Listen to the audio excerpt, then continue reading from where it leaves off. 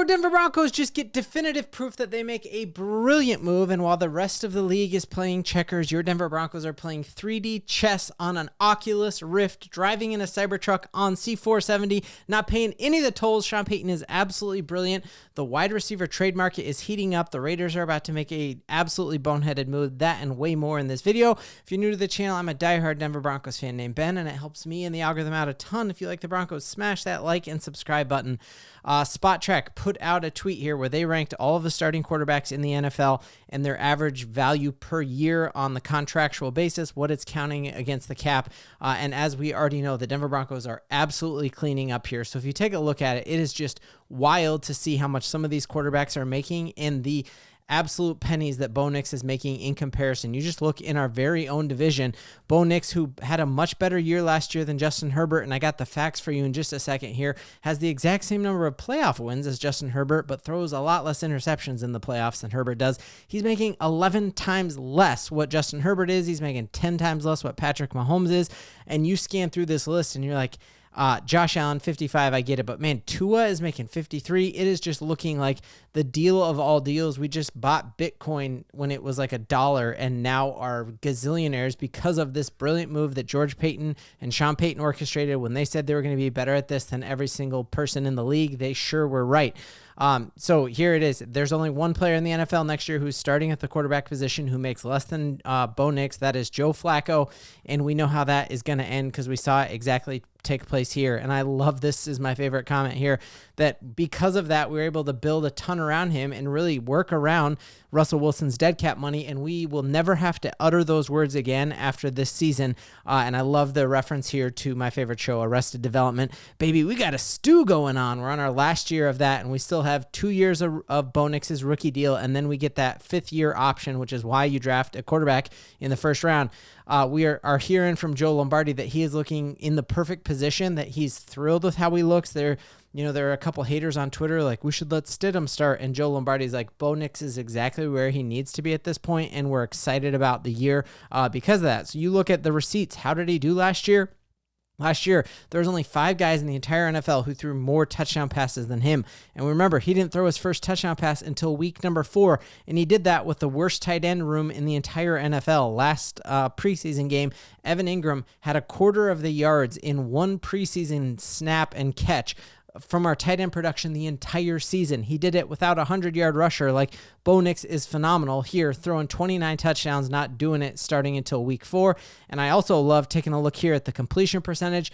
This skews it a little bit because there was a lot of guys who went 1 for 1 or 2 for 2. So you got to scroll to the second page till you find him. But when you find Bo Nix, you're going to see a lot of names under there. We also know Bo Nix was one of the quarterbacks who suffered from the most drops last year as well, that if he did not lead the league for rookies in drop percentage, you were looking at him not only being one of the highest touchdown throwers, but also one of the most accurate quarterbacks when it comes to completion percentage.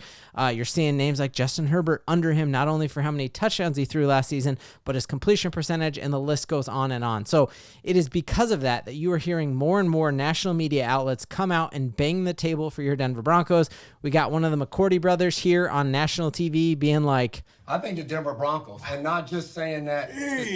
We got McCourty being like, yeah, the Denver Broncos are the ones who I think are going to make a deep run into the playoffs. And then you have Damian Woody, another former NFL player himself, say, listen, I've been on them. I've been talking about it for a while. The Denver Broncos. Right. So the praise just keeps coming on. I know we got to go out and do it on the field, guys, but I'm just saying there is absolute reason to be hyped because the future is just starting right now, and we are in at the ground floor of something amazing because across the NFL, things are changing rapidly when it comes to player health, when it comes to contracts and all of that. So we got some good news and not celebrating other teams' injuries, but a quick scroll through Twitter today on my phone that Sean Payton continues to do these 2.5-hour padded practices without losing guys, and I'm knocking on wood that no one gets hurt, but you just see guys are dropping like absolute flies, and we've seen the depth of this team and the health of this team because of how Sean Payton carries his practice. So we see here that the Falcons have now lost 2 starting offensive linemen in the matter of a week, which is not a great thing. Then we're also seeing the Cincinnati Bengals are going to be without one of Joe Burrow's best protectors who started for 3 seasons for them, Cordell Volson.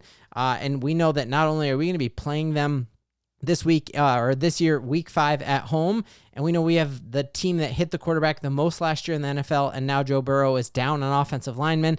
And we know that that defense is Swiss cheese and we are going to cut it up. They had the weird holdout with their rookie, Shamar Stewart, because that is a very poorly run franchise. And now it is looking like they are going to be trading Trey Hendrickson, the only guy on that defense who scared you even a little bit. And I still think we had answers for Trey Hendrickson. So it now looks like the leader in the clubhouse to acquire Trey Hendrickson is actually the Vegas Raiders. So this shows you they think they are in win now mode. And I completely agree that you pair Max Crosby and Trey Henderson, Trey Henderson, that is going to be like a scary duo. But I think the Broncos, because of Sean Payton, are going to be able to maneuver around that.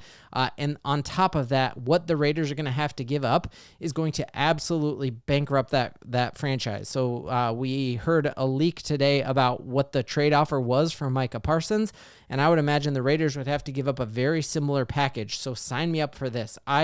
You cannot win in the NFL with a journeyman carousel quarterback. And so the more picks the Raiders have to forego in order to get another edge rusher, go for it. Knock yourselves out, boys, because we've seen what it's like. Like we had Bradley Chubb and Von Miller at the same time. If you don't have a quarterback, you are not winning playoff games. Like that's just a cold, hard fact. And so the Packers had offered 2 first-round picks, a second-round pick, a 5th-round pick, and the Cowboys still said no.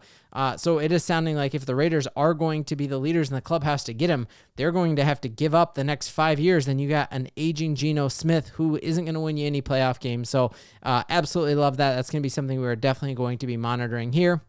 So then again, we are confirmation here by Ari that indeed his Joe Burrow's starting guard is going to miss the entire season with the shoulder injury. We saw in that preseason game on Monday night how much pressure a backup defensive line was already given Joe Burrow, and he was hit multiple times. He has a hard time staying on the field and gets injured a lot. My guess is he'll make it at least through week number 5, but he's got to be terrified to play against this Broncos defense, especially without his inside guard. Then hearing good news here, Lamar Jackson left practice early. So again, this is not to celebrate other teams' injuries. It's just like unknown caller. This kind of stuff about your Denver Broncos, and I think that is a fantastic thing. Also, just seeing, we know that yesterday we talked about how Daniel Jones was announced as the starting quarterback for the Indianapolis Colts. I think that's a great thing because we know exactly what to plan for with him, and he doesn't scare you at all. While Anthony Richardson could lose you a bunch of games by making dumb moves, he also has some of the prettiest throws I saw all last season, and he's a crazy athlete. So he's also going to win you a couple games. So he's got that puncher's chance of like beating the Broncos in week 2. I love that he's out. And then on top of that, he is asking for a trade from the Indianapolis Colts. And to me, that is just a sign of dysfunction. You actually had RG3 come out and say he thinks the Indianapolis Colts are actually tanking for Archie Manning. And you love to see that from your week 2 opponent. The Broncos absolutely should start the season off 2-0, which is going to make it a lot easier to win the AFC West when we're starting 2-0. Other thing, really interesting update here is that we are hearing a plethora of teams who need a wide receiver. And this is a place the Broncos are insanely deep, and there's a lot of speculation. Might the Broncos offer up one of our wide receivers? So I want to ask you in the chat, like if the Broncos were to trade one of our wide receivers, who is it that you would be okay parting with the most? I know I've got pet dudes on this team that I absolutely love. Like if you even mention Marvin Mims, I'll fight you. But I just trust Sean Payton to know in our receiving room, who is he planning on using? And Bo Nix threw the ball to the most receivers per game in the whole league last year. I think he averaged 9 different targets per game. So we know he can spread it out, and he wants a bunch of different targets. But if the price is right, I think this could be a really smart team building move. So you're hearing the Jets, the 49ers, and then also the Minnesota Vikings are all exploring trades. And I honestly, if I were to say who are the NFC teams the Broncos are the closest with, those are the names I would say. That obviously with our John Franklin Meyer trade a couple of years ago, we've seen that Sean Payton's been able to work with the Jets organization with Zach Wilson going there. And then now with the Jets having Moogie, who was formerly with the Broncos, you could see that being like he knows our guys. He knows a Devon Vele, better than anyone else in the league does. Then obviously with the 49ers, the Shanahan connection, the fact that Sean Payton chose to do joint practice with the 49ers, and then obviously George Payton being with the Minnesota Vikings, that's where he cut his teeth. So those are teams that are really close with the Broncos, and if the Broncos end up cleaning up in a trade, that could be a phenomenal thing to be good, not just now, but from now on. And you're seeing a lot of Broncos beat reporters be like, hey, keep an eye on these things, because the Broncos do have a plethora of talent. And there's already talk about like, hey, Sean Payton's probably only going to dress 4, maybe 5 receivers a game. And you're talking about talent that you're counting on getting through to the practice squad. What if that doesn't happen and you get nothing for them? So Zach Sagers pointed out here that like maybe it's Devon Vele who ends up getting traded. I think because he was Bo Nix's second favorite target last year, I don't really picture that happening. But if Sean Payton has seen enough out of Troy Franklin and enough out of Pat Bryant to say, this is our future, and there's only so many times you can throw the ball a game, and with Courtland Sutton, Marvin Mims, Troy Franklin, and Pat Bryant, like that's plenty of mouths that Bo Nix can feed this season, and we could end up getting a 2nd or 3rd round draft pick for Devon Vele. I would say I trust them, because when has Sean Payton ever let us down? He's not about to start now, because Broncos country, we got so much to believe in. Oh, got the bounce.